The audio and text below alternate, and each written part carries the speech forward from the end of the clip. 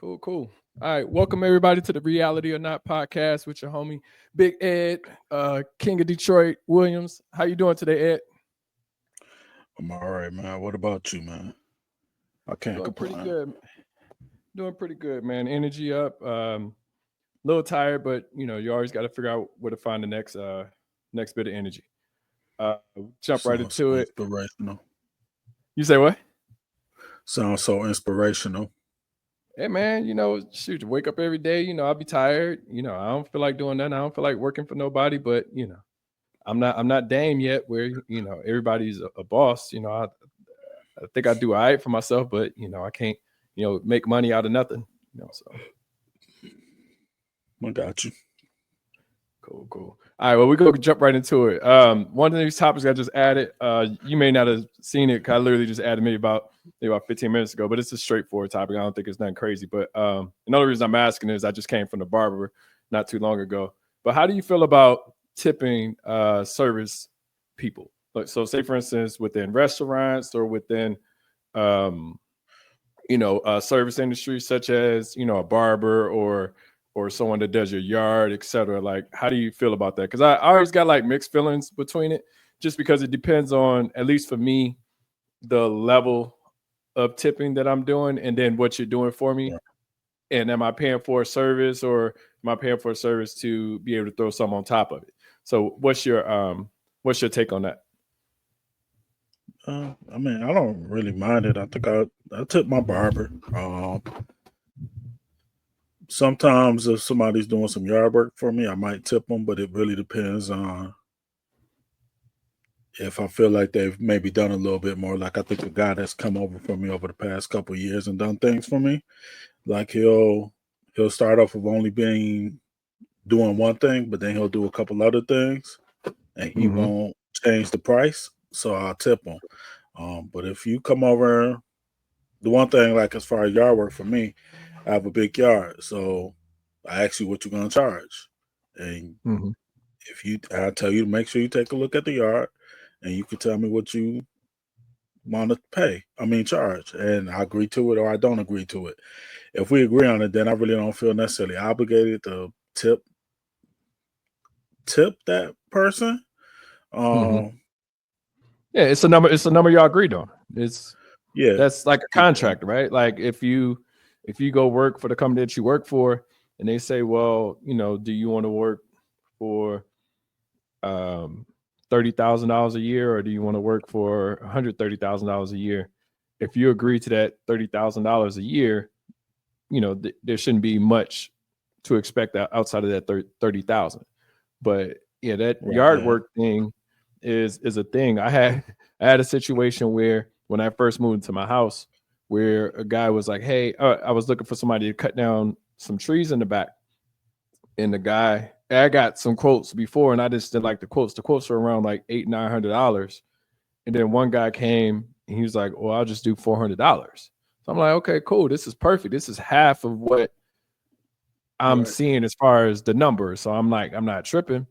So I ended up paying him 400. Well, he looked at the yard, and that's what he evaluated it as. And then as he's moving forward, he's like, "Oh man, this is a lot more yard than what I expected."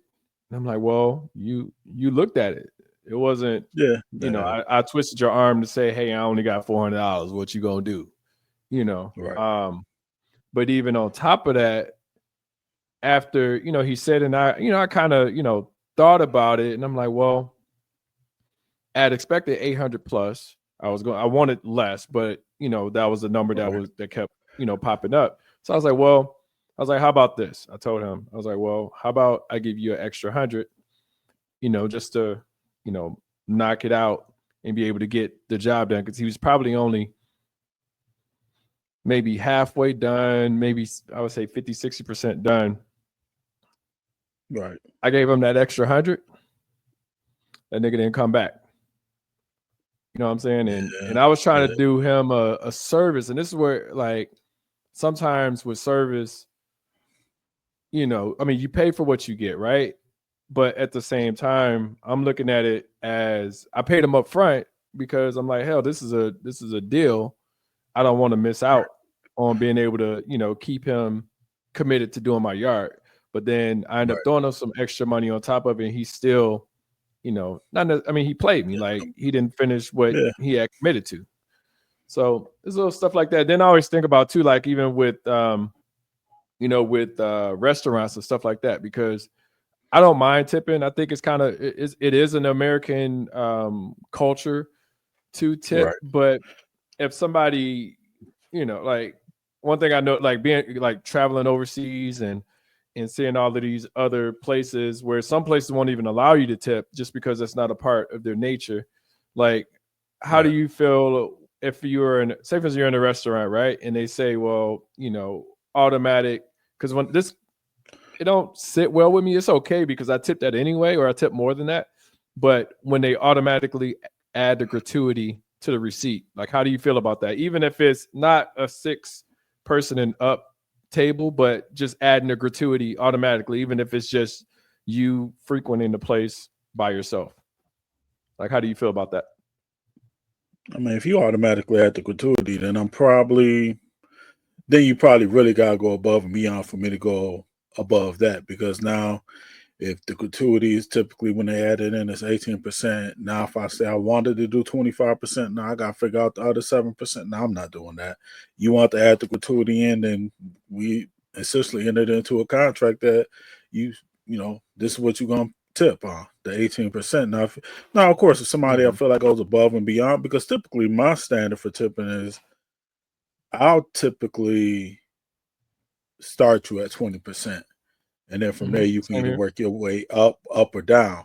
Mm. A lot of times, and I don't require a lot for you to kind of work yourself up. If you keep my drink filled, if you come back to the table in a timely manner, then you might be able to get up to like 25%. But if you add the gratuity in there, I'm not going to, like I said, then you probably gotta go really above and beyond. Um, Mhm. for me to do it. So I don't have like I said, if you You if you'll you have a set tell me, amount that you focus on. Like, you just literally base it off of the performance and how how they are continuously engaging with you as far as your meal or your drinks or whatever. yeah, like I said, it's typically the baseline is 20. Like now to go down, you probably have to really provide bad service. Like and there's things I won't hold you accountable for. If the kitchen is slow, I'm not holding you accountable for that. You can't control what the kitchen does, but if you come out with a shitty attitude, like Mhm. if if I look around and like the restaurant's really not that busy, but you haven't come back around to refill my drink and my drink's been sitting empty for 10 minutes or so, or like it kind of takes a lot for me to start like decreasing the tip, but I will. Like Mhm. if you just kind of take it for granted, like I said, I'll just start decreasing it. Like I think there's only been one time where I really just didn't leave anybody a tip, and that was because um she really was trash. I think it was like a buffet, That's and even it worse. It's was like family. you barely even, if you ain't filling up my drinks, I'm eating in this bitch. Like, what the, like what? Yeah, I mean, that's really yeah, all you got to do if it's a buffet. Is yeah, like literally fill up the drink and check on me every now and then to see how it's going. Like, you can fill up my drink every 5 or 10 minutes, and I think I'll be all right, and I would yeah. still do the 20-25. Yeah, But and she won't fill up the drink. She never came and cleared the table. Um, just kind of a trash attitude, and so I didn't leave her anything. Like I felt like you did absolutely nothing. Like you didn't even clear the place away. You didn't get refills. So like, what am I giving you a tip for? Um, mhm. but and it wasn't busy either. That was the thing too. Like it wasn't even busy in there at the time. I mean, it was fairly empty. She probably only had like a couple of tables. So. Um, And all you could do is make assumptions about that, like, right? You can't, like, as a person, you're gonna be like, what are they doing? Like, are they just chilling? Are they just back there on the phone? Are they just talking to other yeah, people? Are they giving better service to other people but not me? And it's like, then that psychologically fucks with you to be able to be like, nah, you getting less than. right. Yeah, yeah. So, but So cool. Well, so let me ask you this question. What's some movies or TV shows that you feel like you shouldn't, or not say that you shouldn't have watched them as a kid, but was a lot more than what you was able to understand as a kid. Like I'll give you a prime example for me, right? One of the movies I remember watching as a kid that, going back to it, and I'm like, damn, they was kind of wilding. It was like Porky's. Like it was a lot of just shit going on in that movie, like fucking all kind, like it was all over the place. And I remember it's one of my favorite movies, but it's and it's on YouTube. It's called Hamburger University.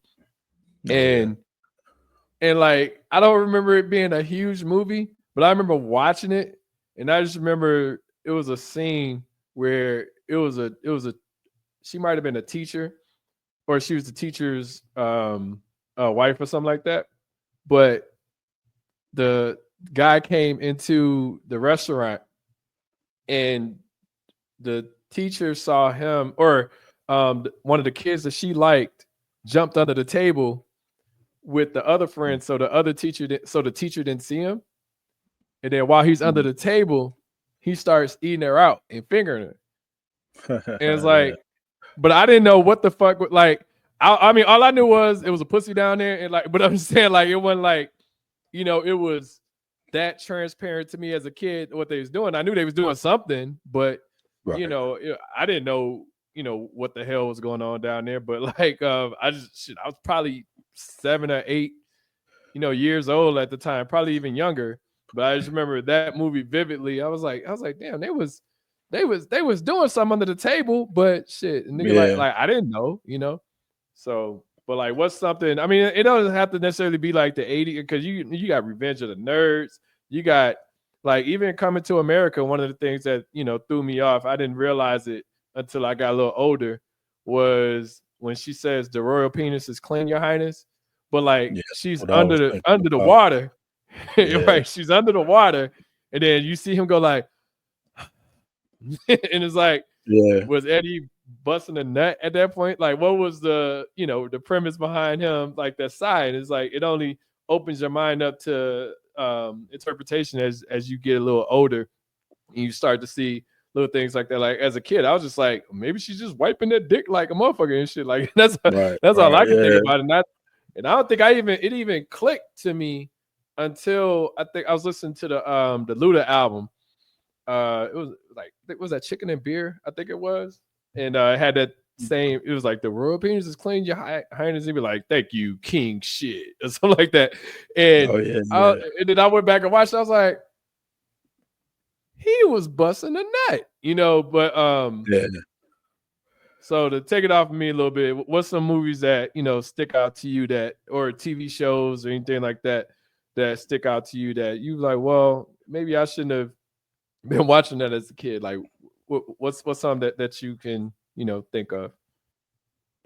I can't think of anything specifically, but I'm like you. Like some of these I haven't gone back and looked at since I was a kid. But I'm sure if I were to go back and look at some of the police academies, there's probably some of that adult humor in there that went over my head. Like I can't think of anything specifically.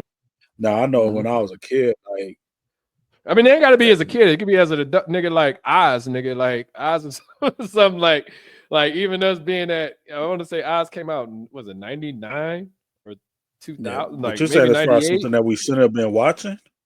Yeah. Just something that we like. If you look back at it, like I was rewatching Oz as an example, and I'm like, damn, like I was watching this, I was fucking 18, 19 years old, and like, damn, like this is some fucked up shit, but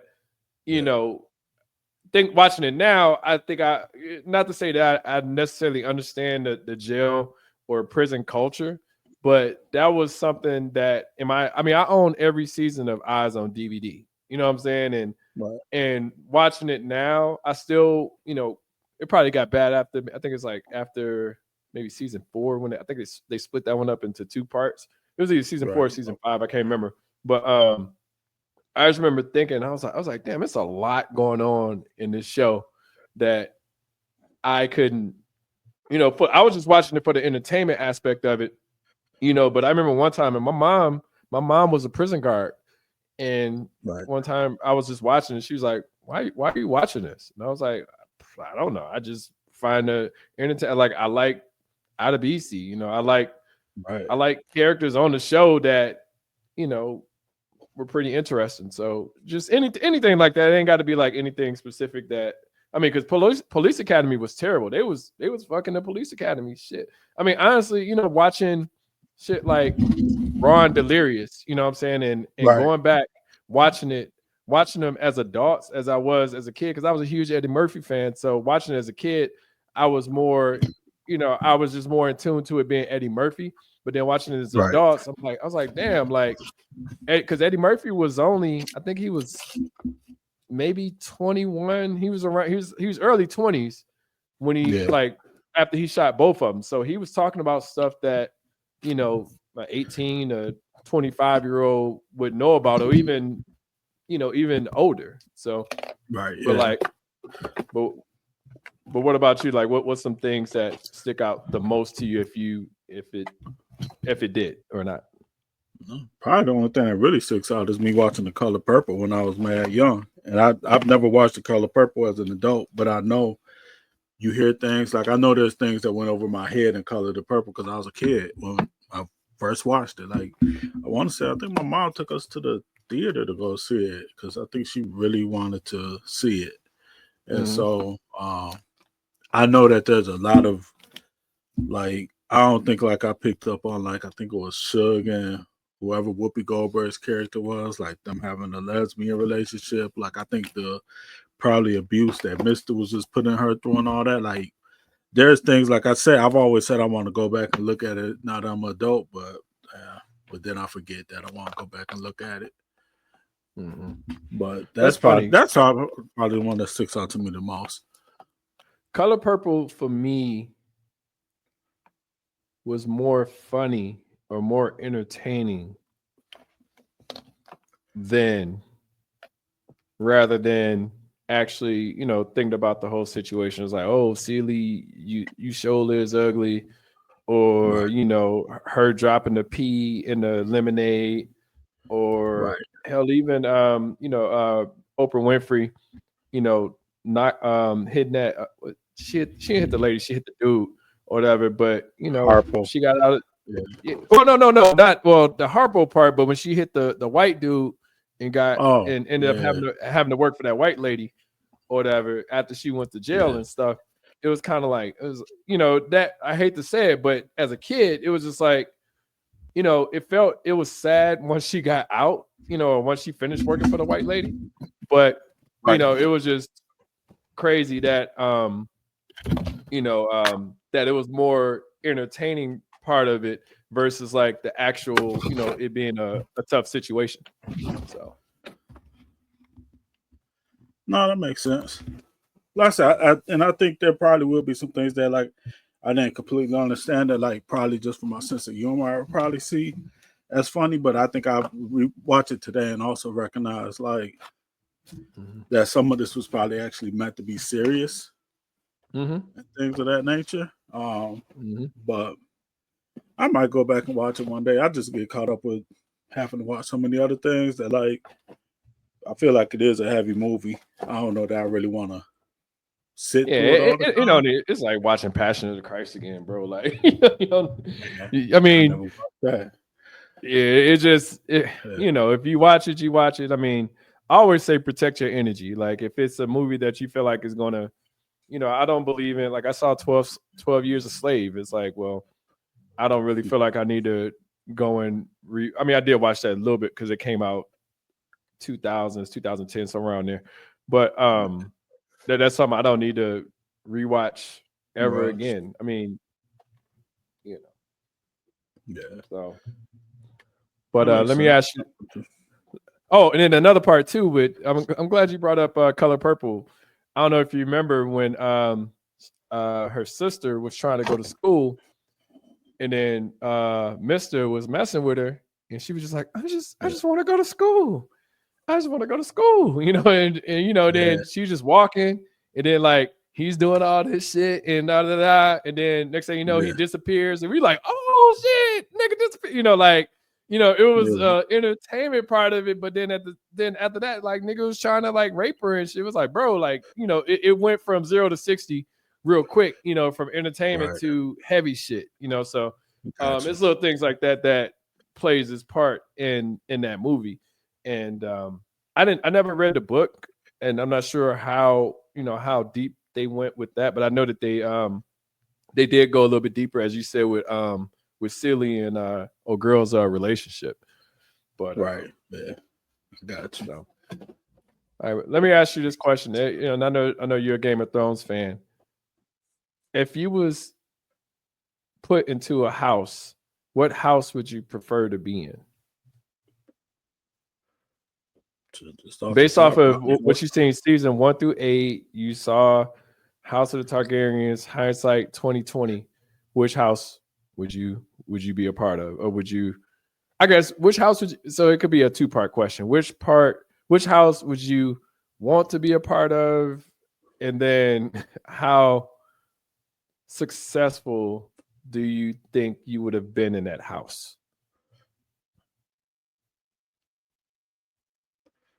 I don't. I mean, if you say I mean, I guess some of it might depend what time period you're talking about, because you could say the Targaryens, but by the time you get into the timeline for Game of Thrones, they're non-existent with no And they're power. wiped out. Yeah. Yeah, and the same thing kind of with the Valerians. Mm-hmm. I mean, if I were to probably, I mean, if I think about the House of Dragons, um, I mean, the easy choice is probably the Targaryens, but I think there's something for the Valerians. I think they were probably allies, strong allies with the Targaryens, especially with Rhaenys or whatever, Rhaena, I can't remember. All them Name hoes or names whatever. starts with an RH, nigga. Like, Yeah, so so like all in there the is a one who, Rhaenys, Rhaenyra. It was too many. So yeah, so like probably them plus Aegon the third, Anus, all these yep, fucking names. all of So them, yeah. But if I were to go on the current or the timeline of Game of Thrones, to me, really, I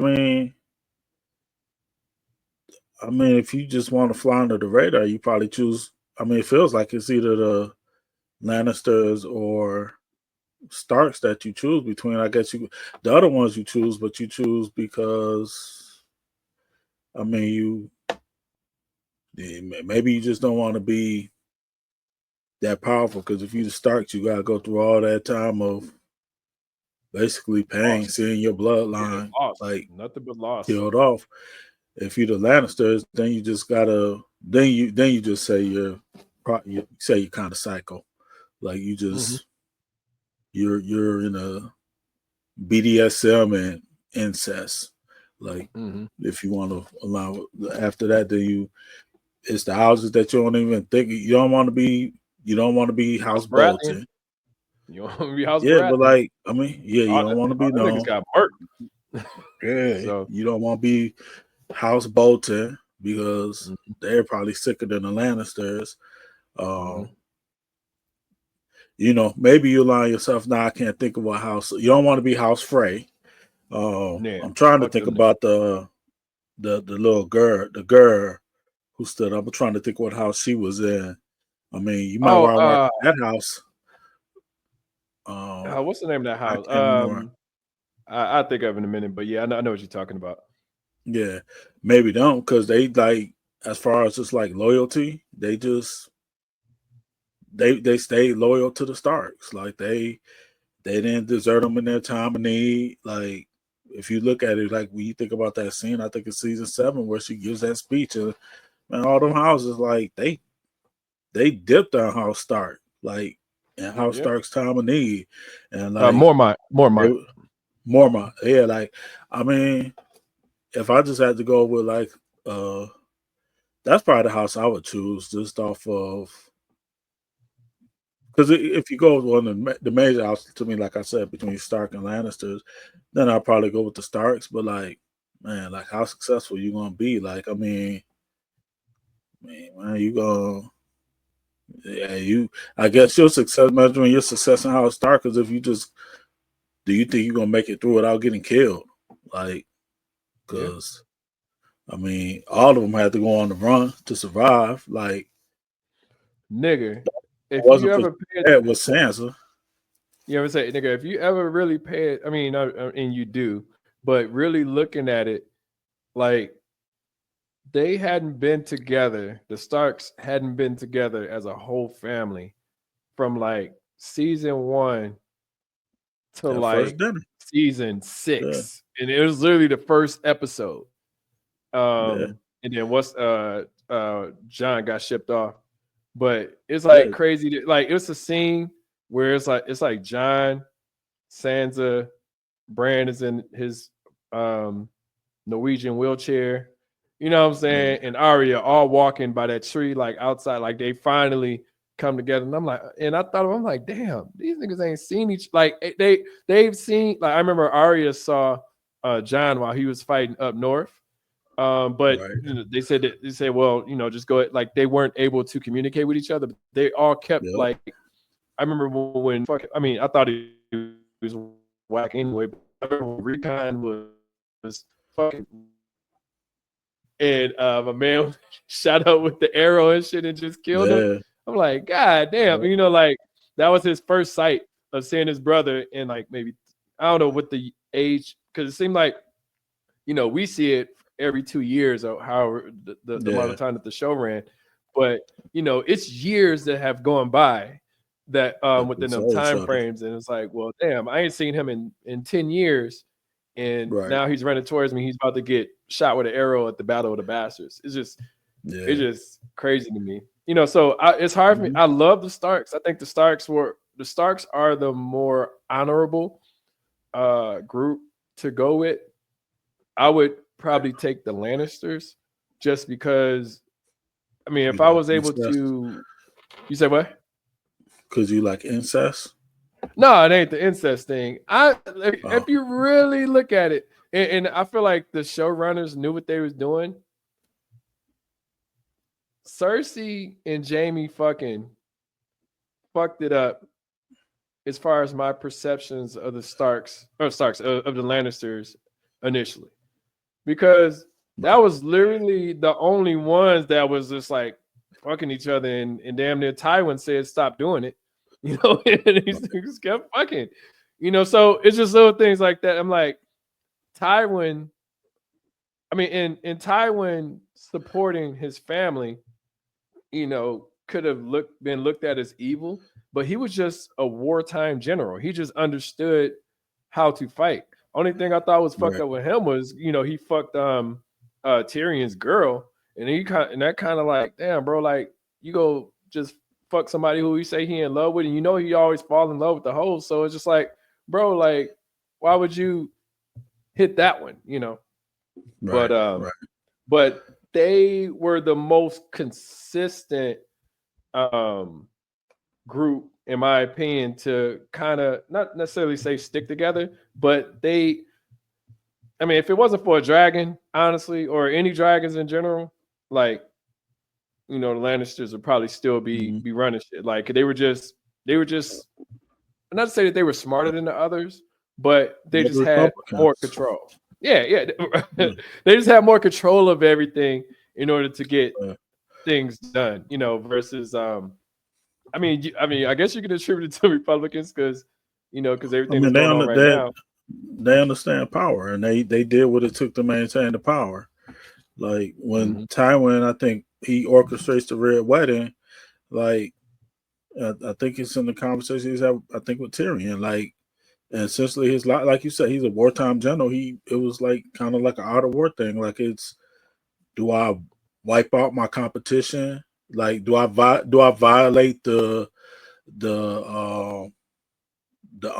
unwritten rule of uh you don't attack somebody like under that roof, and when they're basically they're breaking bread.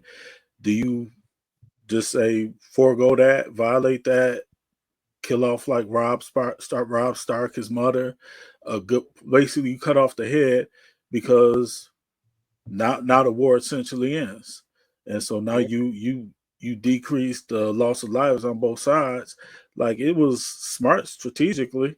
And Um, he aligned with the right w- ones. Your enemy is yeah, my friend type of shit. yeah, The enemies of and my enemies are my friend. Like, with Walter Frey. I mean, honestly, yeah, I and you, feel some kind of way about the Red Wedding because rewatching it, Rob was kind of fucked up for doing that. oh no, yeah, Rob didn't Rob violated by like he was supposed to like take one of his daughters, and then he Yeah. didn't take her, and then he went like Rob had some messed up because Robert probably just fulfilled like his obligation. Mhm. But that's like you know that's that's part of the not honoring your word. That's probably one of those moments Yeah.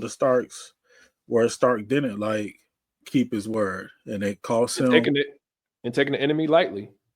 Yeah, Um, I mean, because you know, Walter Frey, nobody seemed I didn't see nobody that like Walter Frey in that show. Whoever was talking to him, whether it was, you know, Tywin or Roose or or Rob or Catelyn or anybody, they didn't seem he just seemed like a weirdo, and he was, so it was definitely a quite of redemption with it was a bit of redemption when Arya took him out. But right. but yeah, I mean, he was used as a tool that, you're the enemy of Rob because you screwed over my, this marriage that was supposed to happen.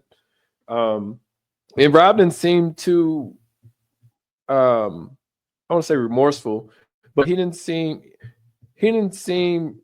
it felt like he didn't care what Walter Frey felt about it. And that's where I think it No, kind of, you know, went awry. yeah, yeah, definitely. Like he thought he should have the right to fall in love with whoever he wanted to, and he didn't. Not in this situation. Like you had an arranged marriage, and you were supposed to honor that. And like you said, he underestimated the phrase. Like he didn't think it through. He didn't think that like you disrespect Walter Frey, maybe he aligns with the Lannisters, and then Mhm. they slit your throat at a dinner. But that's the other thing. But that was treachery on all ends. Rob disrespected, but then the phrase you bring them under your roof, and they Mhm. should have had the protection, but you violated that. The Lannisters Mhm. violated it because they orchestrated it. But yeah, I mean, but you know, decisions have consequences. Rob and his dire wolf learned that when they switched bodies. Yeah, it's sucky when they had the wolf head on him and shit, bringing them out the motherfucking. That was crazy, and Arya had to see that and all that. It was. Was that the end of season 3 or 2? I think it was 3. It feels Probably like three, 3, I but I can't think. remember. Yeah, But just because you all invested in the show, and you like, oh man, Rob, he about to, because Rob was gaining ground he against the was Lannisters, and that pretty much screwed anything from the North happening, you know, right. uh, with the Lannisters, and it, it's always interesting to, you very invested in the show to see like Catelyn. Catelyn got it. I mean, it's his mom, but Catelyn got it. Just just by association.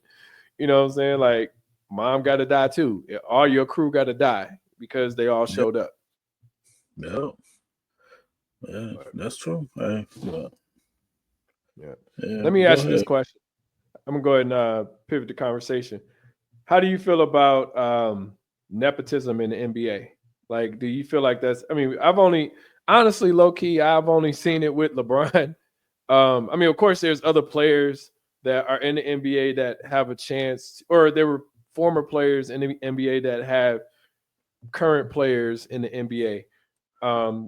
Kenyon Martin.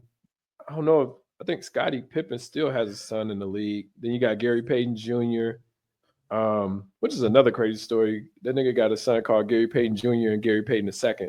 But anyway, but how do you feel about that as far as like, do you think it's cool? Do you think it's because I feel like, and I'll lead into it a little bit, but I feel like nepotism in general, like say for instance you own a business or something like that, like most of the time you try to bring your kids into it, try to have them be a part of it. But I look at it from an NBA perspective that, well, you have these NBA teams, you got these owners, of course they have some family members that are working for the business, and not to say that they're not qualified or not, but they literally got the job because of who their father or grandfather was. So how do you feel about that for the players kind of doing that now?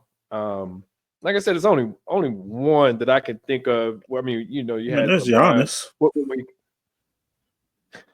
There's his brother has the roster spot because of Giannis. Yeah, but you know what? I saw this video the other day, and it was Jeff Teague, I think, and he was saying how. Yeah, he was hooping. No. He was saying how Giannis can't do it without the Nassas there. Like not that he has to be on the court, like he's just like his eye, like him being there, like not like he could have been on the team, like because now he's not on. I don't think he's just. I think he's just there, like he just shows up to his games. So it's kind of weird that, I mean, because Nassas could probably, I don't know, he could be on somebody's bench, I guess, but they said that Giannis needs him there to play, like to be around him, not necessarily to play or anything like that. So how do you feel about, because the Nassas definitely got some checks off of Giannis being in the league.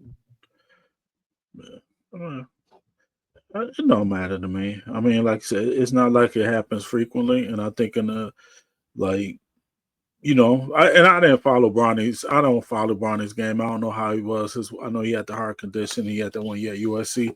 Some people tell me that if the Lakers didn't threaten other teams, he would have he would have been taken. Some people tell me the first round. Other people tell me the second round. So in that regard, then apparently Bronny appears to be talented enough to make it to an NBA roster.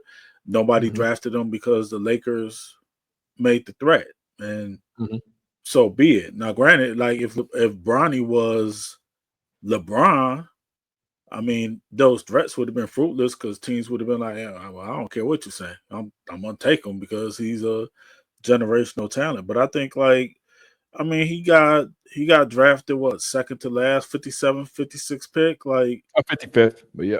55th. Like, man, most players don't in that spot don't make a roster. Like, I don't think for Dalton Connect, they didn't cut Dalton Connect because they had to give Bronny a roster space. Most teams, I think they still get like 15 roster spaces, 12 are active. Look, if the best player in your team, if his son is in the draft and your best player comes to you and says like, hey, I want y'all to draft my son. I want to play on the court with him. For one, like how often is that gonna ever happen? Like, because most players don't get to be.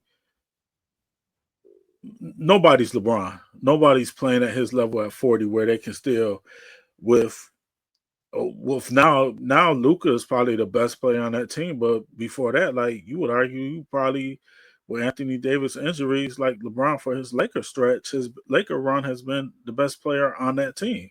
So like, I mean, how often are you going to get what player do we see right now that we think at 40 will be playing at 40 and be playing at that level that they'll be considered the best player in the league, or not, but well, at least the best player on their team that they top 5, top 10 player in general.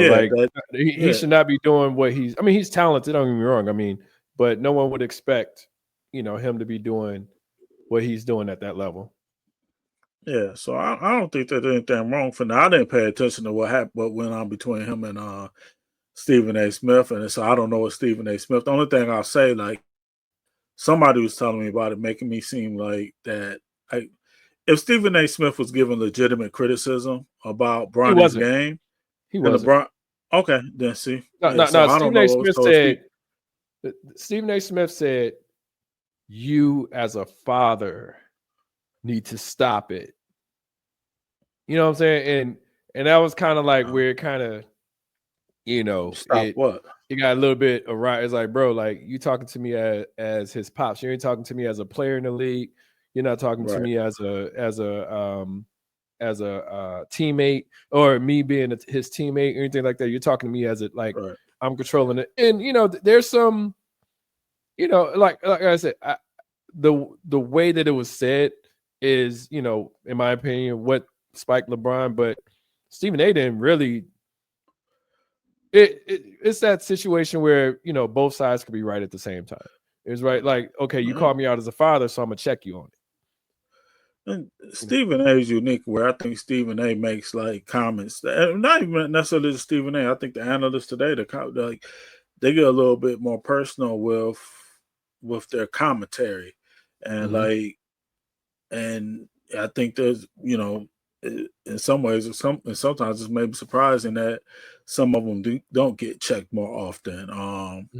But like the nepotism, like even thing with Giannis, like I can't pronounce his brother's name, but if Giannis went to the Bucks, so I need him here, and he wants to play, he wants to hoop though, and like maybe he is like, because the other thing I understand is like he could have not necessarily been a great role player, but he could have made other NBA teams Yeah, probably. he's talented. He was on Somewhere the along. Knicks.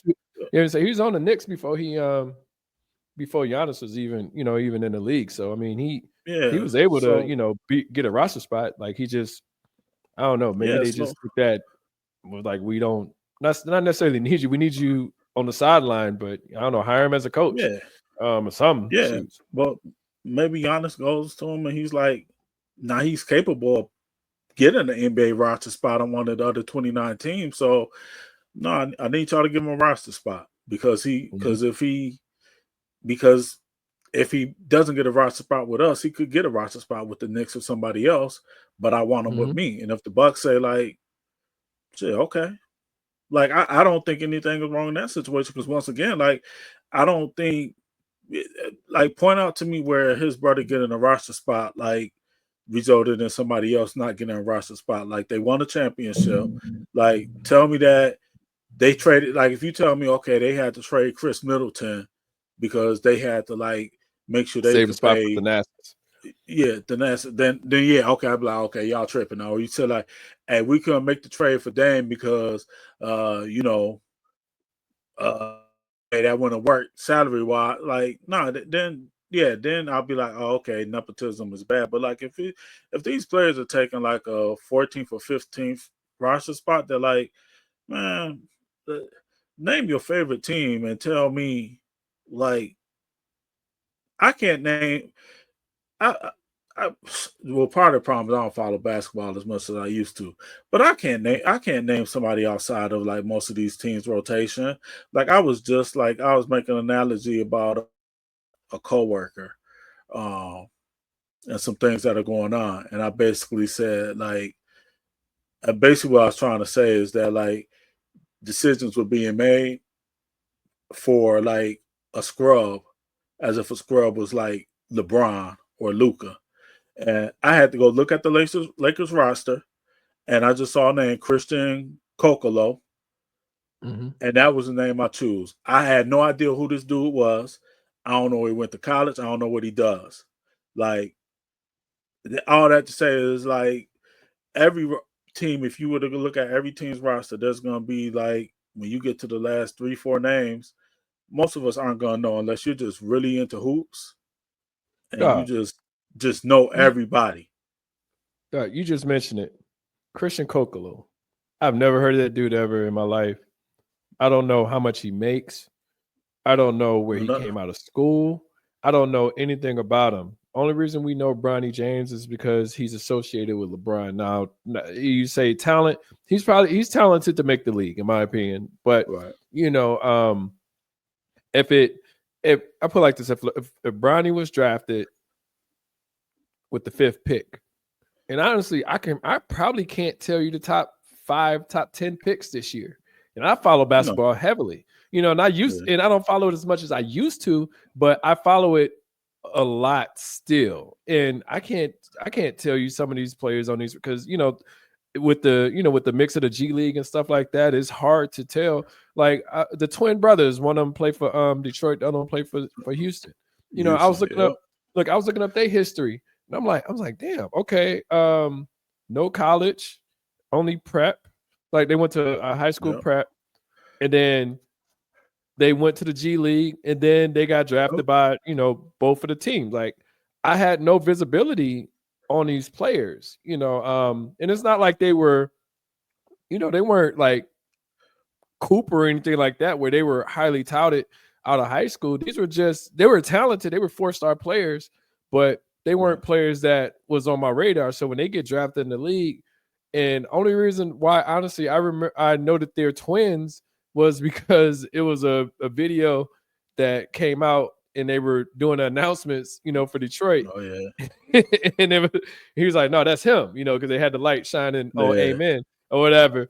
And I was like, okay, it's twins, and I didn't realize there were 2 twins in there. But I'm saying the exposure that you get from being associated to a player, because like I said, Kenyon Martin's son, you wouldn't know that. You wouldn't know that he was Kenyon Martin's son unless because he used to go by. I think it goes by KJ Martin, instead of Kenyon Martin Jr. or anything like that. But it's just interesting that. I mean, I'm all for it if you can get, like you said, it's not a lot of it, so it's not, I don't ever see it happening ever again. But I still don't feel like LeBron, LeBron, in my opinion, or Clutch Sports or whoever's behind it, they did something to say, and you just mentioned this a second ago. He might have gone in a different position in the draft, but he went to 55th. Like he might have got drafted 38th. He might have got drafted 45th. Who knows?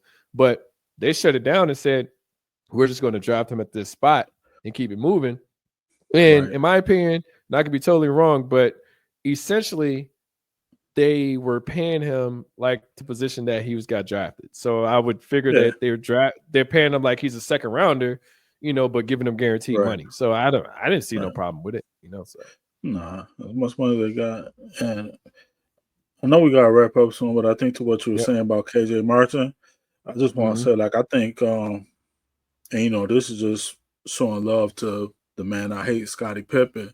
But like, I think like people don't realize like his son is in the league because like he doesn't have his father's name, because I think from what I understood, he took on his almost stepdaddy's last name, Jordan. So, he's in the league as like Scotty Jordan, I believe. Is that you sure? I mean, it works for my hatred of Scottie Pippen. I'm sure it's not true, but it works for my hatred to say that there's a player in the league that's going by Scotty Jordan because he took on his almost stepfather's name. Yeah. And so okay. Yeah. Well, I'm with it. Yeah, his stepdaddy Marcus Jordan, or I could say his. You can't say Marcus, man. Marcus out here getting drunk and chilling on the side of railroad tracks with police officers, man. You gotta leave Marcus out of this, man. We can't, Which one was slaying Scotty's ex-wife then? That was Marcus. That was Marcus. That was definitely Marcus. It wasn't Jeff. Jeff just went to Illinois and then for some reason transferred to go play with his brother, and I don't know, it just was downhill for them, their NBA career. So shout out if Michael Jordan could have even attempted to get his kids in the league, that shit wasn't going down. At least LeBron or Bronny has the talent to be able to do it. I mean, he's averaging in the G League, he's averaging 24-4. So he's not like terrible, or he's not like a bad player. Extended time in the G League. Yeah, he probably just needs to spend extended time in the G League. Stop bringing them up, send them back down. Just let them just let him play. Yeah, just let him stay down there and go. It was weird too, and I know we're about to drop, but I know it was weird too. Even when he in the All-Star game, like for the G League All-Star game, he turned that down. I'm like, damn, like he's like, damn near that I'm an NBA player. I'm like, I don't know, bro. Like See you need to. now that those are the things, and that's not necessarily. I mean, I guess like a nepotism thing. It's like, come on, man. Like Bronny, you close to the. You're close to the being able at the end of your career, whatever it ends up being. You're as far as All Star, you're most likely to make a G League All Star team than an NBA All Star team, because even when people talk about your potential, you're maybe like a 3-and-D guy. Like you're not necessarily an NBA All Star player. So like, man, come on, man, play. What else are you doing, Bronny? You You could can't just play for the G play. League All Star team. You could play, show that you could play with other stars, and then that only gives you Yeah. more. Like the more you play, the more chance you get to show how great you are. Because if you And if ball you're out not in this All playing in Star the game, NBA, if you're not balling in the NBA, nobody's seeing you. If you're yeah, barely in the G League, I mean, and when we see you in the G League, you playing good. It's like, okay, well, he's spotty, but when he gets to the NBA, he ain't gonna do nothing. Like, show consistency is my opinion. Like you said, I mean, playing yeah, the All Star game if you can. So yeah. Like, what else was you doing? Like, what were you doing that day? Like, talking about you yeah, an NBA player. All right, Bronny. Hey, all right. Let's be honest, Bronny. You're an NBA player, so that like the NBA and LeBron James could say that we had a father son on the court at the same time, which is cool. But man, yeah. don't just shit on G League All Star game. Like I'll say this: I don't think Bronny James is gonna be an NBA All Star in the next 10 years. Oh no, definitely not. Which I is mean, which is which is fine, but it's mhm. like, dog, don't say it like you. Like it's not like you. I'm trying to think. Like it's not like you were Victor Wembanyama, and like I don't know, somehow he was in some bizarre Second year in the world. league, second year in the Yeah, league, All Star, yeah, like but killing it. So it's like not in some bizarre world where like his rookie year he was down in the G League hooping, and then they said, "Hey, we want you for the G League All Star game," and then Victor could have been like, "Nah, man, I'm good, man. I'm an NBA player, because you're gonna be a All Star, Bronny. You ain't whatever, man. That's a whole nother thing." yeah, but that's But all yeah, good. that's funny. Yeah. Yeah, no, it was crazy. But yeah, thanks, Ed, for jumping in. I know we gotta go. Got another call, but thanks. We got some other topics to talk about too. Appreciate you. Right, Make sure right, you right. hit like and subscribe. Thanks, Ed, for jumping on. We'll talk more soon and peace. All right, peace.